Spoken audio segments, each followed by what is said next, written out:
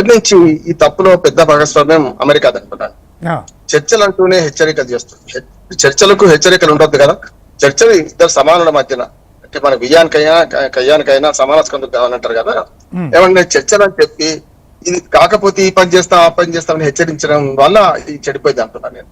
ఖచ్చితంగా ట్రంప్ వ్యవహార శైలి బట్టి ట్రంప్ దురుసు మాటల వల్లే చెడిపోయింది అంటున్నాడు. మొదటి రోజు 21 గంట చర్చలో కూడా అదే జరిగింది అంటున్నాడు. జోవాన్స్ కి ఒక రకంగా చెప్పాలంటే ఎట్లానే చెడగొట్టుకుని రమ్మని చెప్పిండా అనే మాట అనిపిస్తుంది. ఎందుకంటే జోవాన్స్ విమానం దిగ్గాని పాకిస్తాన్ ఏమన్నారు, నేను ట్రంప్ సూచనల మేరకు పూర్తి స్థాయిలో ఆయనతో అన్ని రకాలుగా అనుమతించి మాట్లాడినా. నా ఉద్దేశం ఏంటంటే ఇద్దరి మధ్య విభేదాలు కూడా కొంత ఇట్లాంటివి నడుస్తున్నాయి అనుకుంటున్నాను. ఎందుకంటే మనకు అమెరికా ఉపాధ్యక్షుడు జోవాన్స్ యుద్ధానికి వ్యతిరేకంగా ఉన్నారు చూస్తున్నాం మనం. అటువంటిది ఎప్పుడైతే అమెరికా అధ్యక్షుడు తానేమో కయ్యానికే కాల్తవుతున్నారు, ఈ రెండింటి మధ్యన కూడా కొంత గందరగోళం జరుగుతుంది. పాకిస్తాన్ మధ్యవర్తిత్వం కూడా ప్రసాద్ గారు అది కరెక్ట్ సరైనది కాదు. వాళ్ళు మధ్యవర్త లేకుంటే స్పెక్టేటరా, అంటే సమానంగా ఉండాలి. మధ్యవర్తి అనేవాడు ఇద్దరిని కూడా సమానంగా చూడాలి, ఇద్దరిని కూడా వాళ్ళు అదుపులో పెట్టగలగాలి.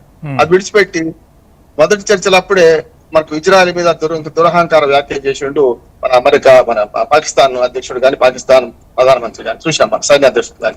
ఇటువంటి సభ్యుడి కాదు కదా, అప్పుడే చెడిపోయింది కదా. ఇప్పుడు మధ్యవర్తికి చాలా ఓపిక ఉండాలి.